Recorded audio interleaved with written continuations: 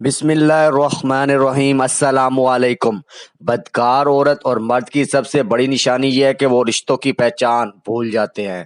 ایک روز ایک شوہر جب باہر سے اپنے گھر میں داخل ہوا تو دیکھتا ہے کہ اس کی بیوی زاروں قطار رو رہی ہے۔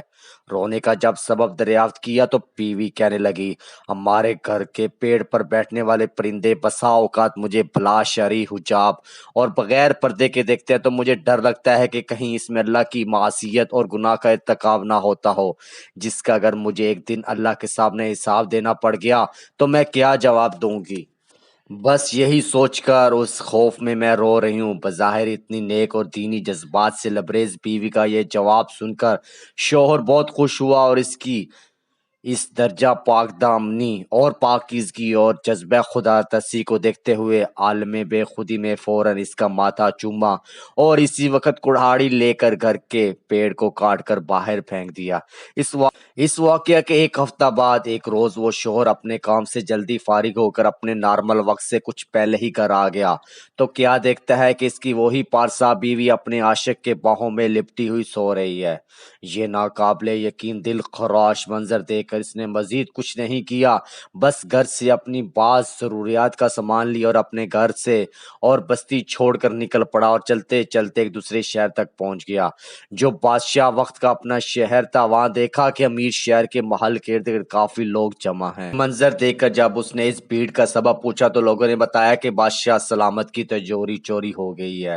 اس دوران اس بھیڑ سے ایک شخص کا گزر ہوا جو پورے پیر کے بجائے صرف اپنی انگلیوں کے اطراف کے بل بہت سنبھل اور بچا بچا کر انتہائی احتیاط سے چل رہا تھا۔ اس آدمی نے جب اس شخص کے بارے میں پوچھا کہ یہ صاحب کون ہے تو لوگوں نے بتایا کہ اس شہر کے دینی گرو، مذہبی پیشوا اور شیخ صاحب ہیں جو اپنی انگلیوں کے بل محض اس لیے چلتے تاکہ ان کے پاؤں کے نیچے کوئی چونٹی آ کر کہیں دب نہ جائے اور اس کی موت ہو جائے اور اس طرح وہ ناحق قتل نفس کے عظیم گناہ کے مرتکب نہ ٹھہر جائے۔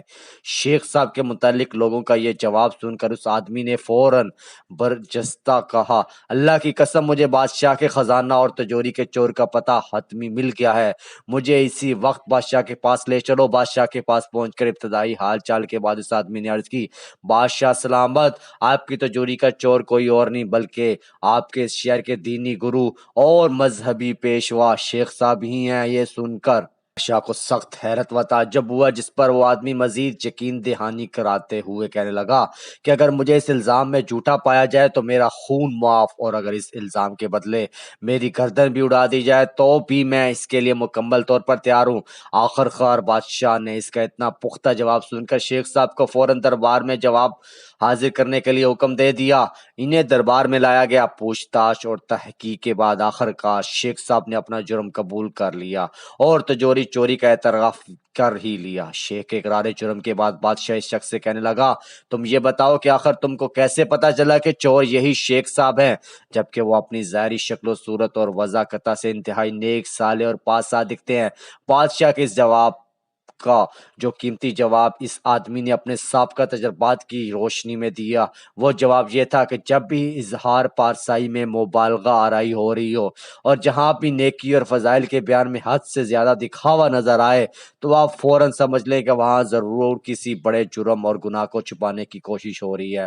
سچ یہ ہے کہ صرف لباس پارسائی سے شرافت آ نہیں سکتی، شرافت نفس میں ہوگی تو انسان پارسا ہوگا۔ کردار کو کپڑوں میں چھپا رکھا ہے تو نے، کپڑوں کی طرح تو تیرا کردار نہیں ہے۔ اللہ رب العزت ہم سب کو ظاہر کے ساتھ ساتھ اپنے باطن کو بھی سنوارنے کی نوعیت توفیق نیز ہمیں سچی پارسائی اور حقیقی تقوی نصیب فرمائے، آمین یا رب العالمین۔ ویڈیو اچھی لگے تو لائک کر دیں، آپ کے لائک کرنے سے ہمیں پرسیشن ملتی ہے اور ہم آپ کے لیے مزیدار ویڈیو بناتے رہیں گے۔ ویڈیو دیکھنے کا بہت شکریہ، ملتے ہیں نیکسٹ ویڈیو میں، اللہ حافظ۔